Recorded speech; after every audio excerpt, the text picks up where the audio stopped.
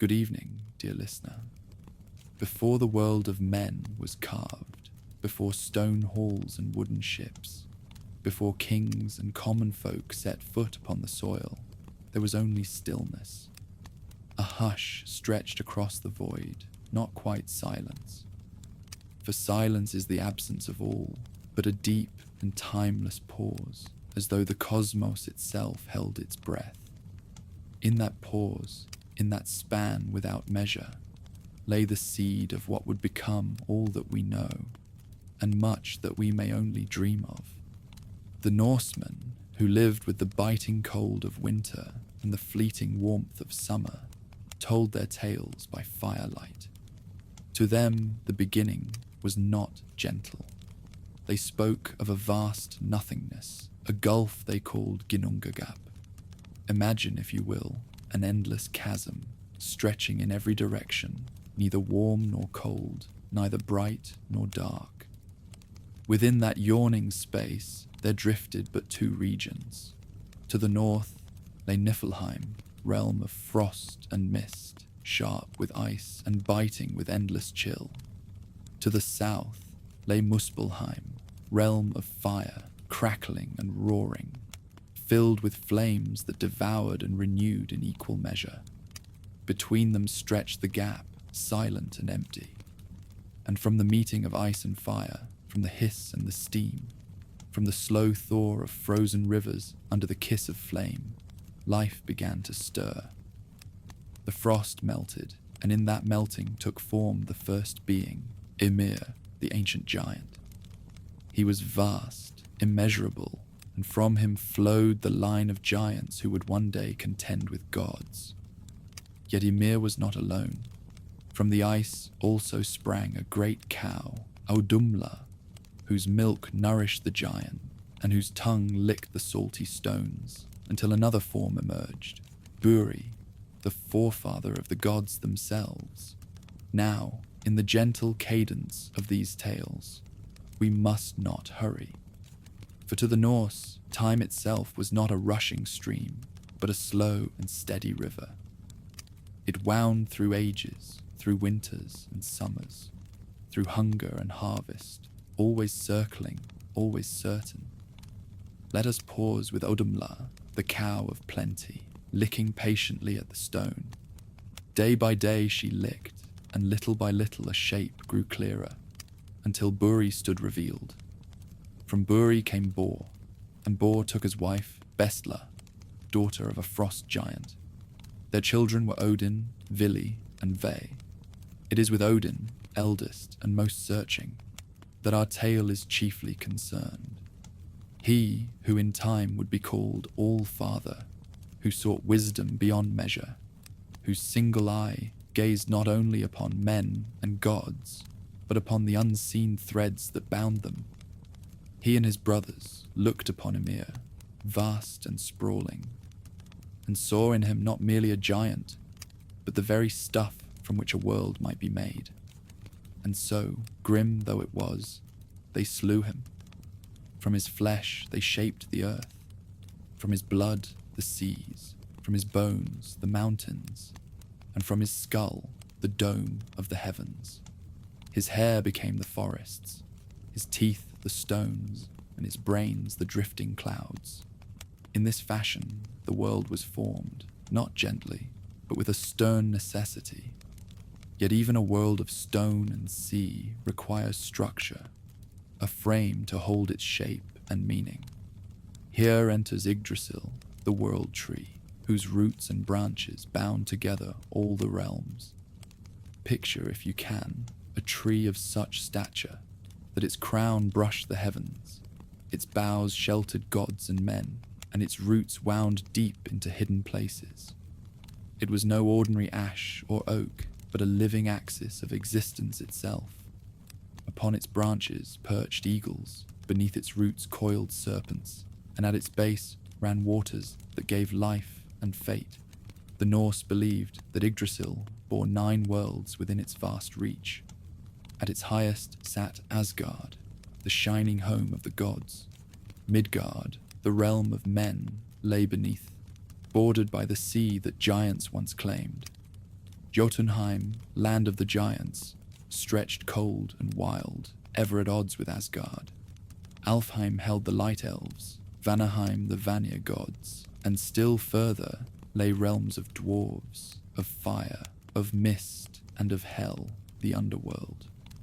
All were bound together by the great ash tree, and through its trunk ran the hidden order of all things. But we must not hurry to climb its branches just yet. Let us linger instead in the thought of Odin, still young, still questing, standing beneath that vast tree. He was no gentle figure. He was restless, curious, and willing to pay great price for knowledge.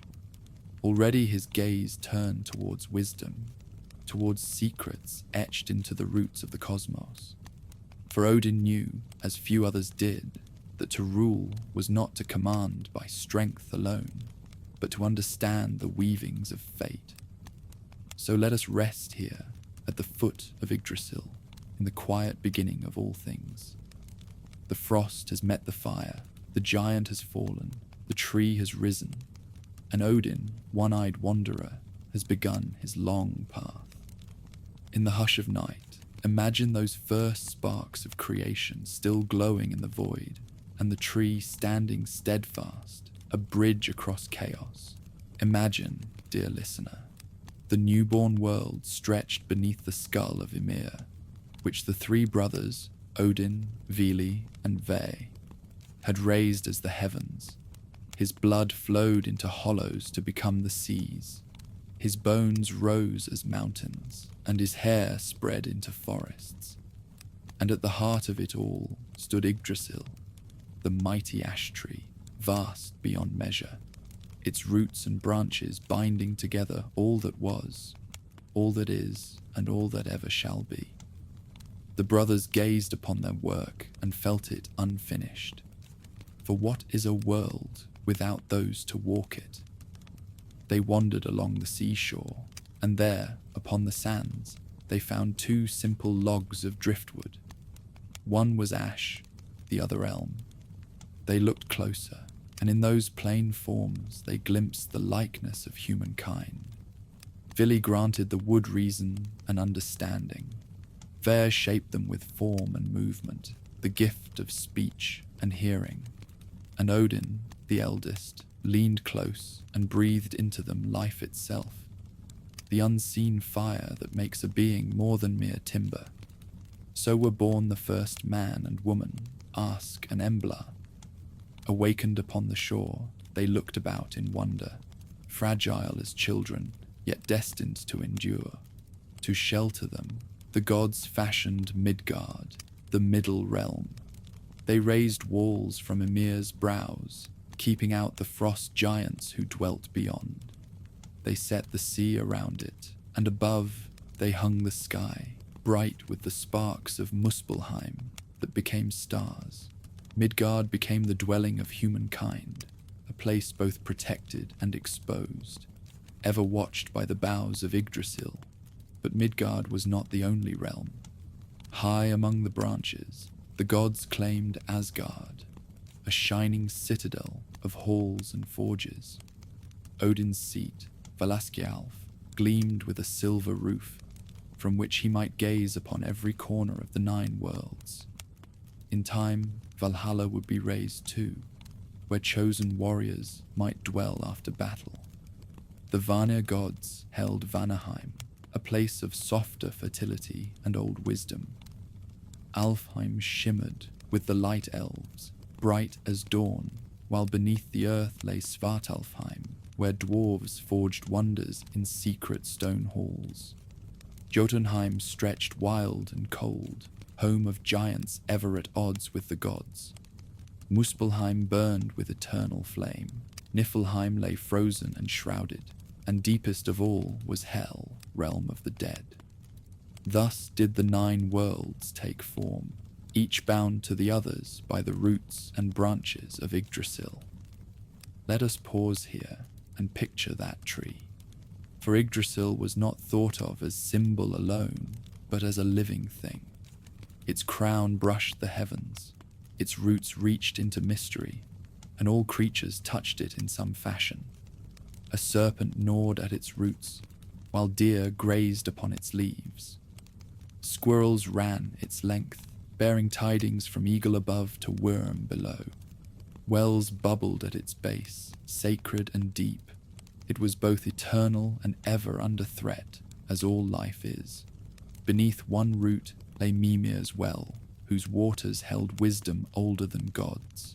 Beneath another rested the well of Urd, where the Norns wove fate's threads with patient fingers. From the third issued the chill rivers of Niflheim. Thus Yggdrasil touched memory, destiny, and primal frost, binding all that exists. Now consider Odin. Though still young in the dawn of time, he was already unlike his brothers. Vili and Ve had shaped and were content to dwell. But Odin was restless, stirred by questions that would not leave him. He walked beneath the boughs, listening to their murmur, and his thoughts turned always to wisdom. He felt the pull of the hidden wells, knowing our truth and fate lay within their depths. For Odin understood what few others did, that knowledge was power, and that to rule was not merely to command by strength, but to understand the weave of destiny itself. He knew too that such wisdom came at a price, for nothing of worth was ever given freely. Already he prepared himself for sacrifice, though he could not yet know the measure of the cost. Thus did the All-Father's path begin, not with battle, but with hunger of mind and spirit. He was to be wanderer, seeker, and king, bound by longing for secrets older than stone.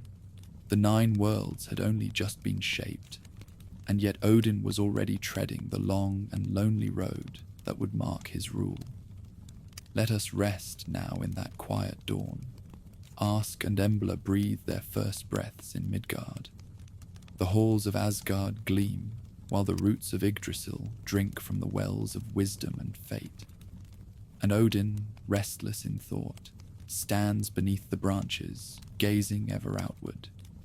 Time begins its steady flow, and with it the tale we follow. Beneath the vast boughs of Yggdrasil, where the roots spread deep into unseen places, there lay a spring, both quiet and eternal. This was Urdabrunna, the well of Urd, whose waters glimmered with a light that was neither of sun nor moon. It lay at the foot of the tree, upon a plain where the gods themselves would gather in council.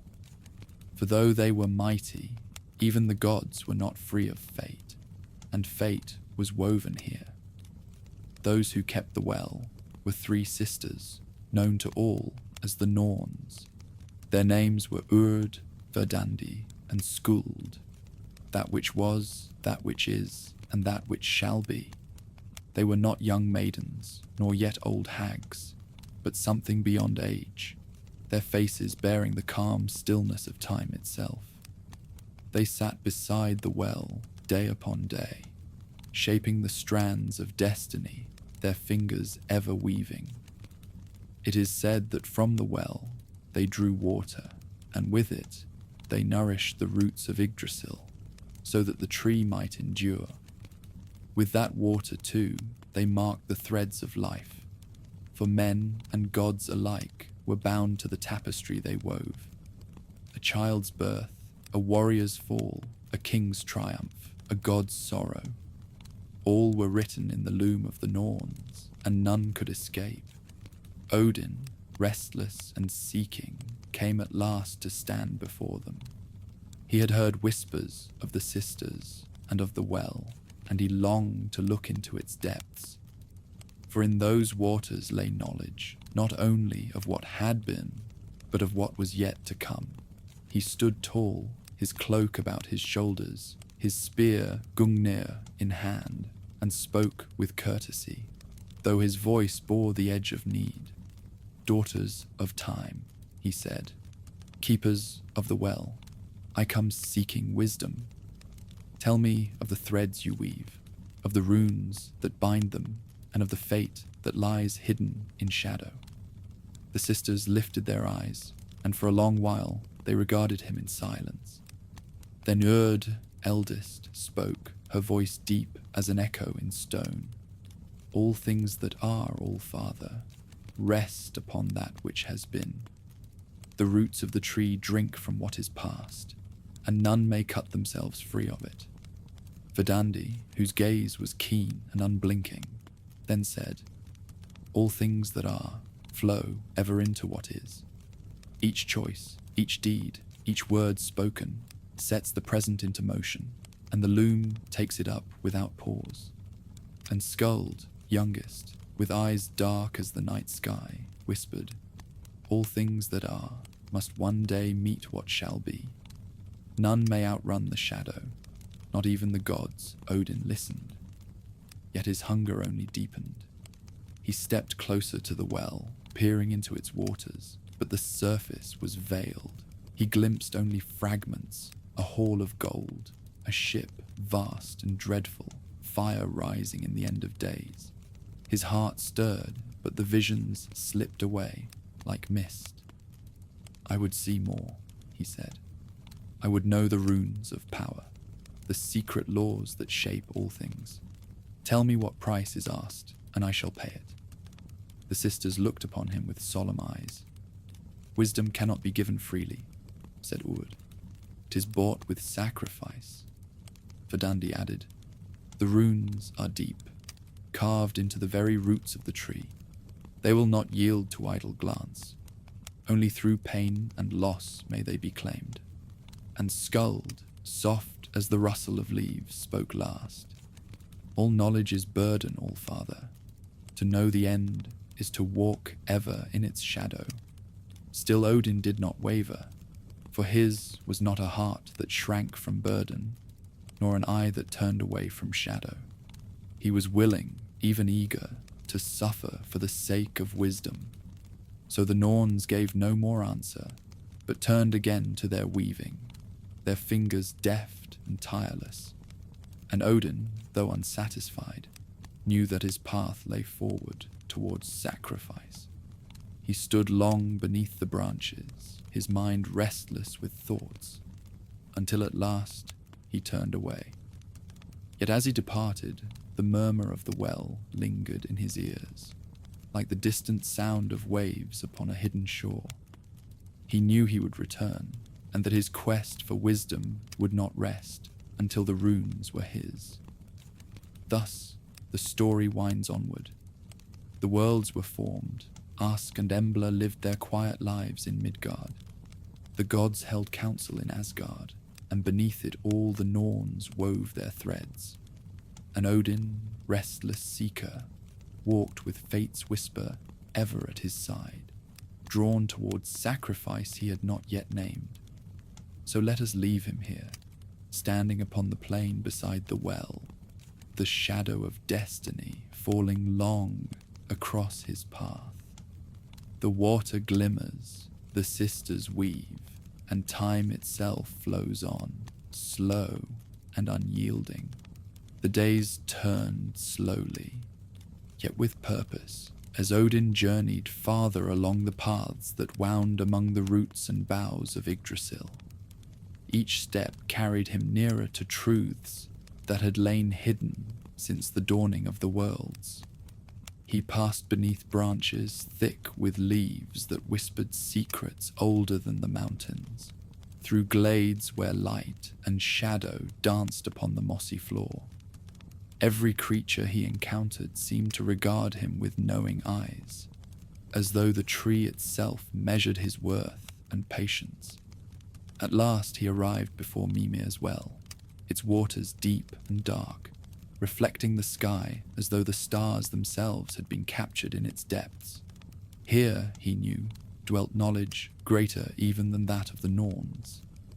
And yet, Mimir did not give counsel lightly. Wisdom demanded a price, as all things of true import do. Odin, steeling himself, offered what he had and what he would become. An eye, one of two precious windows upon the world, which he plucked from his head and cast into the waters. Immediately, a sharp pang pierced him, and darkness swept across his vision, leaving him half blind.